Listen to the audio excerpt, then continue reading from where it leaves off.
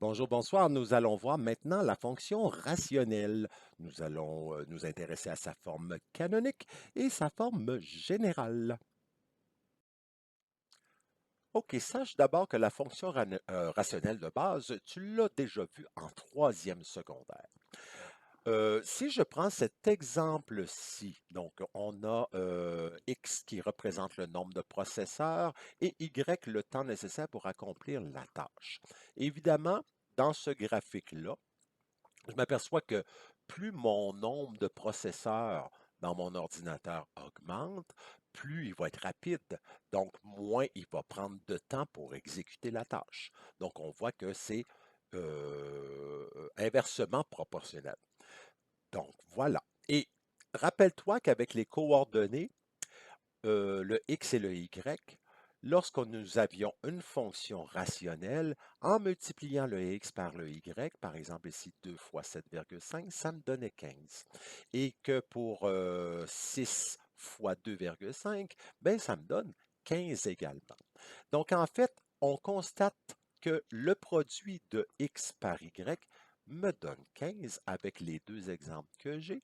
Et bien, si j'isole le y, ça veut dire que je vais diviser par x d'un côté et diviser par x de l'autre côté.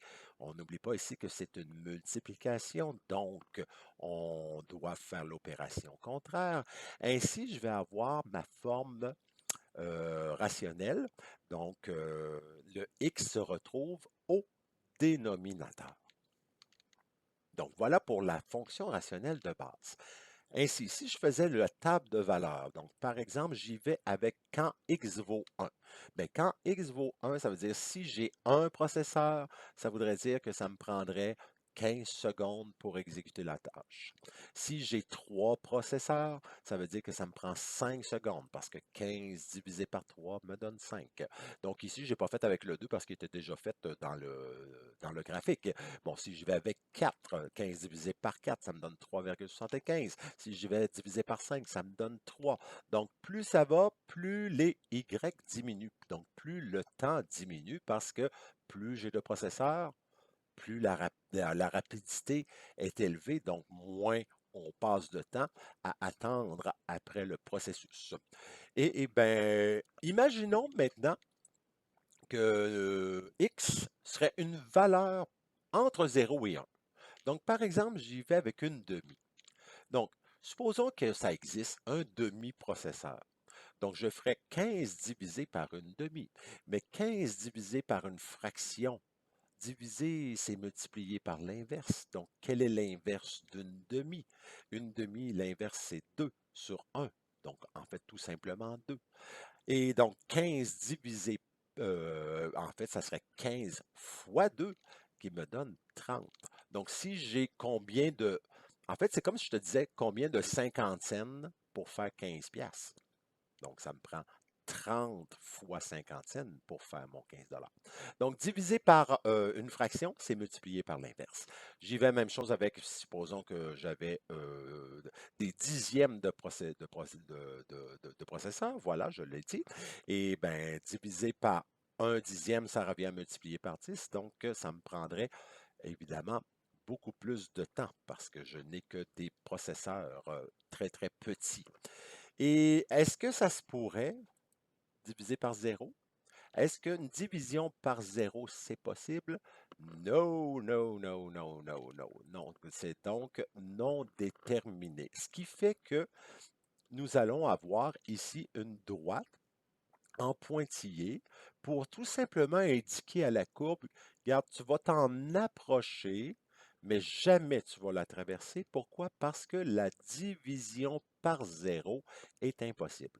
Donc, si j'y allais entre 0 et un dixième, plus je me rapproche de zéro, plus ma valeur y va être élevée, mais je n'aurai jamais une courbe qui va traverser l'axe des y. Et est-ce que ça se pourrait que le y donne 0? Donc, 15 divisé par quelque chose qui me donne 0, ça aussi, c'est impossible. Ça serait non déterminé. C'est pourquoi j'ai aussi cette droite-là qui m'indique, en pointillé, qui m'indique à la courbe qu'à la base, elle va s'en approcher, mais jamais va la traverser. Alors, ces deux droites-là, pour laquelle la courbe longe ces deux droites-là, on appelle ça des asymptotes.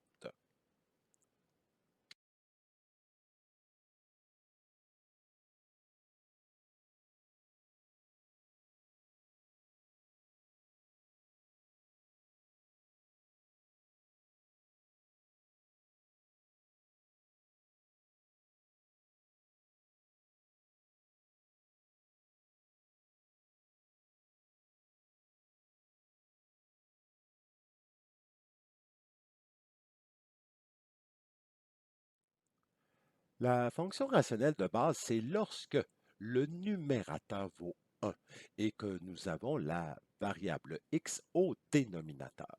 Donc, on sait que la division par 0 est non définie, ce qui veut dire que, comme pour la racine, nous allons avoir ici aussi une restriction, c'est-à-dire que le dénominateur ne pourra jamais égaliser 0. Donc ici, le x ne peut pas égaler 0 parce que la division par 0 est non définie. Et nous allons avoir encore une fois une asymptote, donc parce que la division par 0 est impossible, donc nous approcherons de la droite x égale 0 qui est l'axe des y, et y égale 0 également, on aura notre deuxième asymptote parce que ce sont des valeur de y, c'est-à-dire que y ne pourra jamais avoir la valeur 0. Si j'y vais avec quand x vaut 1, mais quand x vaut 1, le y vaut 1, évidemment, 1 divisé par 1, ça me donne 1, donc j'ai ce premier couple que je peux placer. Si j'y vais avec quand x vaut 2, ben 1 sur 2, ça me fait une demi, donc ici une demi. Évidemment, avec 3, ça me fait un tiers. Avec 4, ça me fait un quart. Et bon, ici, je ne l'ai pas le 5 dans la table de valeur, mais 1 sur 5, ça me fait un cinquième. Mais si mon x est une valeur entre 0 et 1, comme par exemple une demi, ben 1 divisé par une demi, ça revient à faire 1 fois 2 sur 1. Donc, en fait, c'est 2 entiers. Voilà. Et pour ce qui est de tiers, un tiers, ben 1 divisé par un tiers, c'est tout simplement 3. Ça me prend 3 tiers pour former 1.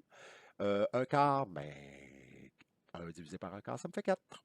Voilà. Puis 1 divisé par un cinquième, ça me fait 5. Et voilà donc une première courbe. La courbe s'approche de mes deux asymptotes. Et si on avait des valeurs négatives, donc par exemple, si j'ai un moins pour toutes les valeurs de x, ben, nécessairement, je vais avoir un moins pour toutes les valeurs de y, parce qu'ici en haut, il est positif, donc divisé par un moins, ça me donne un négatif. C'est pourquoi on aurait tous ces points-là, les mêmes qu'ici, mais de valeur négative. Donc voilà, voilà, voilà, et hop, tic, tic, et on trace la courbe. Donc, on voit que c'est symétrique. On voit que c'est symétrique par rapport à la droite y égale x. Donc, on a vraiment l'image miroir. Donc, ici, quand j'atteins 4, ici, j'atteins 4. Voilà. Et c'est aussi symétrique dans l'autre sens quand y est égal à moins x. Donc, voilà pour la forme de base. Et allons voir quand nous allons ajouter les paramètres A, B, H, K. Allons voir sur Desmos qu'est-ce qui va se produire avec cette fonction-là. Alors, nous voici avec Desmos pour te montrer que la règle de la fonction rationnelle avec ses quatre paramètres, si tu vois ici en haut à gauche, c'est que le château, hein, si on fait référence à l'histoire des paramètres, le château se retrouve au dénominateur.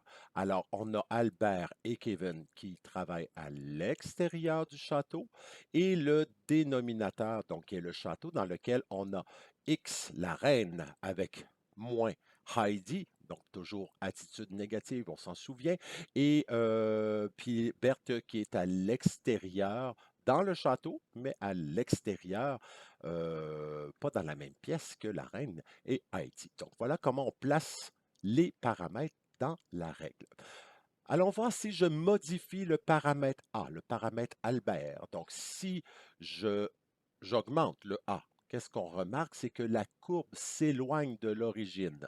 Donc si je réduis mon graphique, en fait, voilà, et j'augmente, plus mes courbes s'éloignent de l'origine, et plus mon A diminue, plus mes courbes vont s'approcher de l'origine.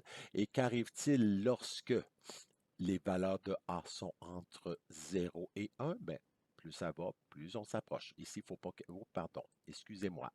Ici, donc, il ne faut pas que... faut pas avoir 0, c'est ce que j'allais dire, mais donc à 0,5, donc voilà, plus c'est petit. À 0, ben, c'est que j'ai y égale 0 sur n'importe quoi. Ben, c'est sûr que ça me donne la droite y égale 0. Donc, c'est pour ça que le y ne peut pas égaler 0. C'est pour ça qu'on a une asymptote. Donc, voilà pour le paramètre A. Donc, si je prends le paramètre B, alors ça, c'est Berthe. Donc, plus j'augmente ma valeur de B, qu'est-ce qu'on remarque contrairement au A? Mais plus j'augmente le B, plus il se rapproche de l'origine. Et plus je diminue le B, plus il s'éloigne de l'origine. En fait, le B, hein, encore une fois, Berthe et Heidi font le contraire de ce que c'est demandé. Donc, on pense que, par exemple, B vaut tiens, 10, 10,25 ou 10. On dirait, ben, il serait 10 fois plus éloigné de l'origine. Non, il va être 10 fois plus rapproché. Donc, il se produit le contraire pour le B. Alors, qu'arrive-t-il par contre si j'y vais avec un paramètre A négatif? Ben, le paramètre A négatif, on sait que quand le A est négatif, c'est une réflexion qui se produit avec l'axe des X. C'est-à-dire qu'initialement, ma courbe qui est rendue ici, elle provient de la courbe qui était dans le premier cadran, donc par réflexion. Et la courbe ici qui était dans le quatrième cadran sera on lui fera faire une réflexion par rapport à l'axe des X. Et même chose si le A est positif, mais que le B est négatif, encore une fois, le B va faire une réflexion, mais par rapport à l'axe des Y. Donc, la courbe du premier cadran va s'en venir dans le deuxième et la courbe ici qui était là va s'en venir dans l'autre. Voilà. Donc, ça fait des réflexions. Et quand mon A est positif et que mon B est positif, ben, ça me fait la courbe en haut à droite, en bas à gauche. Si mon A est négatif, courbe en haut à gauche, l'autre en bas à droite. Mais qu'est-ce qui arrive quand le A et le B sont tous les deux négatifs? Ah, ben, on revient à la position initiale tout simplement. Donc, lorsque le A et le B sont de signes contraires, par exemple, comme ici, donc la courbe va se retrouver en haut à gauche et en bas à droite dans le cadran 2 et 4. Et si jamais on est de même signe, alors les courbes se retrouvent dans le cadran 1 et 3. Voilà. Le H, le K, ben, tu te doutes. Qu'est-ce qui va se produire si j'augmente la valeur de H? Ben, en augmentant, si H vaut 2, je m'aperçois que mon asymptote verticale se déplace de 2 vers la droite. Par contre, tu te rappelles, hein, si le H vaut 2, dans la règle, on verrait X moins 2. Et si le H est négatif, donc par exemple moins 5, on voit que l'asymptote est déménagé vis-à-vis moins 5, mais dans la règle, on verrait X plus 5 parce que ça vient de moins 5. Donc voilà pour, en fait, on associe l'asymptote verticale avec le paramètre H. Et ben, je pense que tu devrais te douter qu'on va associer le paramètre K avec l'asymptote horizontale. Donc, regardez ici, le K vaut moins 2, donc ça me fait la droite Y est égale à moins 2. Donc, retenez que le H et le K, ça influence les asymptotes et en même temps, nos courbes se déplacent par conséquent. Ainsi, la forme canonique de la fonction rationnelle à 4 paramètres s'écrit donc de cette façon-là, comme on a pu voir avec Desmos. Allons-y avec l'exemple suivant. Nous avons y égale 15 sur 2x plus 12 et ensuite plus 1. Première des choses, il faut toujours faire la restriction. La restriction, c'est que le dénominateur ne peut pas égaliser 0 parce que la division par 0 est impossible. Donc, le 2x plus 12 au dénominateur, je ne l'égalise pas à 0. Et après ça, ben, on isole le x tout simplement. Donc, en faisant moins 12, moins d'un bord, moins 12 de l'autre, divisé par 2, divisé par 2. Donc, ça va faire en sorte que le x doit être différent de moins 6. Ensuite, ben voilà, ça c'est pour la restriction. Le paramètre A, donc c'est ce qu'il y a en haut, il vaut 15. Le paramètre B, c'est la valeur qu'il y a devant X. Et pour ce qui est du paramètre H, n'oublie pas que le B doit toujours être en évidence. Berthe doit être seule dans sa chambre pour voir apparaître le H. Donc ici, ne te fais pas prendre en disant que le H vaut moins 12 ou en pire encore, qui vaut 12. Alors, on doit mettre le B en évidence. Donc, si je mets B en évidence, ça va me donner la règle suivante. Donc, j'ai mis 2 en évidence, ce qui veut dire que ça me donne X plus 6 dans la parenthèse. Et ainsi, le paramètre H va me donner le signe contraire, moins 6. Et finalement, ici, nous avons le cas. Donc, voilà pour les 4 paramètres. Mais je peux ici prendre le 15, le paramètre A et le paramètre B. Je pourrais le simplifier parce qu'ici, c'est une multiplication en haut. Bon, je n'ai pas d'opération, donc ça veut dire que 15 peut se diviser par 2. Donc, je simplifie le 15 par 2. Et qu'est-ce que ça va faire? Ben, 15 divisé par 2, ça fait 7,5. Donc, à ce moment-là, ben, va apparaître la, la fonction canonique, la fonction rationnelle canonique, mais cette fois-ci à 3 paramètres.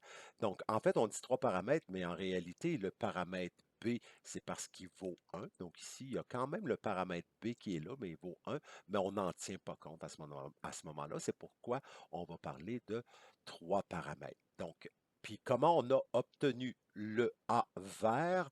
Ben, on a pris le A bleu divisé par le B bleu. Donc voilà, ici, à mettre dans tes formules, dans tes notes de cours. Donc pour trouver le A de la 3 paramètres, le A vert, on prend le A divisé par B du 4 paramètres. Ensuite, ben, le A, donc on voit qu'il vaut 7,5. Le H, il vaut moins 6 et le K vaut 1. Donc le H, le K, qu'elle soit à 4 paramètres ou à 3 paramètres, c'est toujours le même. Et ben, on va s'apercevoir aussi que dans la restriction, je veux que tu remarques ici, la restriction qui est x différent de moins 6, je m'aperçois que ben, ça me donne le H aussi. Donc le H bleu ou le H vert, peu importe. Mais il y a un lien à faire, c'est que la restriction, en réalité, c'est lorsque, en fait, c'est l'inégalité de l'équation de l'asymptote. Donc, quand x est différent de h. Et justement, je parle des asymptotes, mais les asymptotes, c'est x égale h et y est égal à k. Donc, asymptote ici verticale. Donc, x égale, c'est des droites verticales et y égale, ce sont des droites horizontales. Donc, voilà pour ce serait cette façon-là que vous devriez utiliser pour transformer de la canonique à 4 paramètres pour l'avoir en 3 paramètres. Voici une autre forme de la fonction rationnelle, c'est la forme qu'on appelle le général. On remarque qu'on a une expression x en haut et une expression x en bas. Donc, c'est comme si, ça ressemble beaucoup à ax plus b, c'est comme si c'était l'équation d'une droite sur l'équation d'une autre droite. Donc, on peut dire que ça peut ressembler à ça. Et ben, si j'y vais avec tout de suite un exemple pour pouvoir être capable de le transformer en une autre forme, parce que ce sera ça le but également, parce que si je te donne une forme générale et que tu veux faire le graphique, il faudra être capable de la transformer en 3 paramètres. Mais avant de faire ça, il faut que tu remarques que, en fait, dans la forme générale, c'est toujours l'expression x suivi du nombre par la suite. Donc, il y a un ordre, ax plus b. Donc ici, ce n'est pas dans l'ordre. Donc, ce qu'on va faire, on va appliquer la commutativité au numérateur, même chose en bas.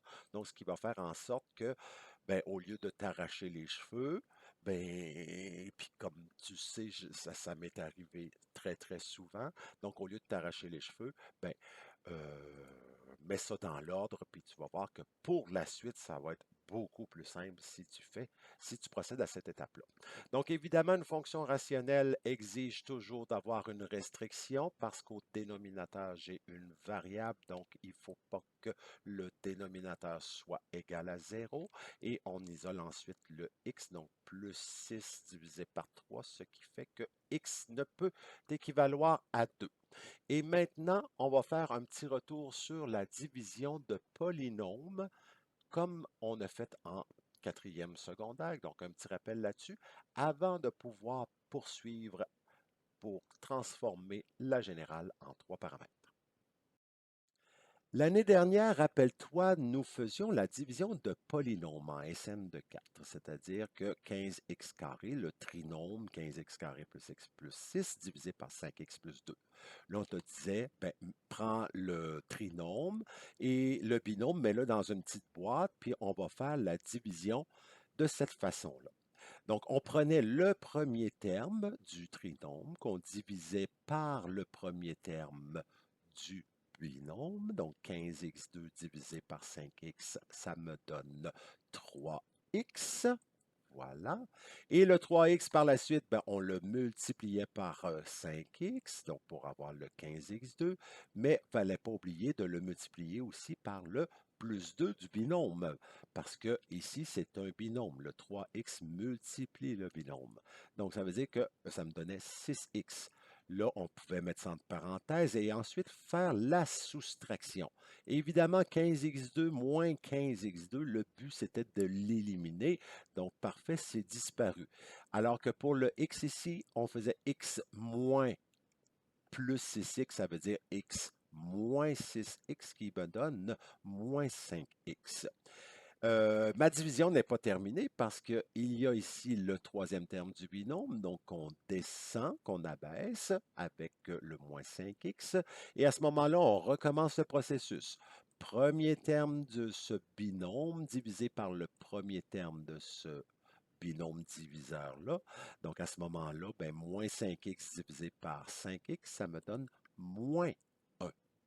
Parce qu'un moins divisé avec un plus me donne un moins.